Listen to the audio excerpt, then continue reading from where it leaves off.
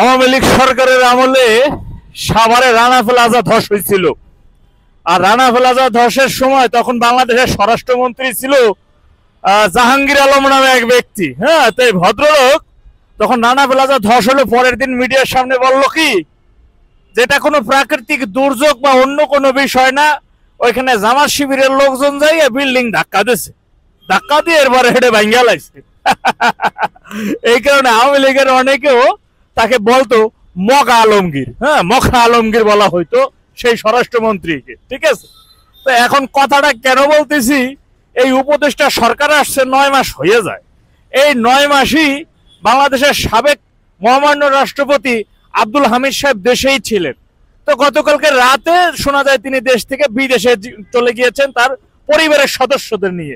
ঠিক এমন সময় গত জুলাই আগস্টের আন্দোলনে যে সকল নেতৃবৃন্দ ছিলেন তারা বলতেছে যে রিফাইন্ড আওয়ামী লীগ ফিরে আসবে বা ইত্যাদি ইত্যাদি এমন অভিযোগ তুলে তারা স্বরাষ্ট্র উপদেষ্টা সাহেব যিনি রয়েছেন তার পদত্যাগের দাবিতে তারা সরব হয়েছে। এখন আমাকে যিনি স্বরাষ্ট্র উপদেষ্টা সাহেব রয়েছেন ওনার কথাটা কিন্তু খুব খুব হৃদয় বিদারক না হইলেও এ কিন্তু একটা হৃদয় লাগার মতো একটা বিষয় আছে। ঠিক আছে, কি আল্লাহ দল্লা দুনিয়া কথা বলে। বয়স হইলে তো মানুষের আসলে একটু বয়স হলে একটু ঘুরে ঘেরা একটা ভাবা হয়, গ্রাম মতো একটা কথা আছে না, মানুষের বয়স হয়ে গেলে একটা পোলা ভানি ভাব চলে। তা ওনার বিষয়ে এমন এখন বলতেছেন যে ইন্টারপোলের মাধ্যমে সাবেক রাষ্ট্রপতি সাহেবকে তিনি দেশে নিয়ে আসবেন, আর কি খুব শীঘ্র নিয়ে আসবে।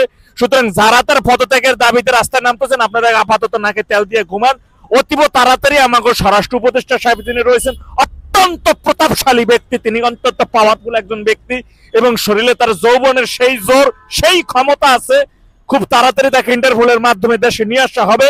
এরপর আপনারা দেখছেন তিনি বলছে যদি যাদের গাফিলতিতে রাষ্ট্রপতি সাহেব তিনি দেশ ছেড়ে বিদেশে গেছেন হ্যাঁ বিরুদ্ধে যদি উনি ব্যবস্থা নিতে না পারেন তাহলে উনি পদত্যাগ করবেন।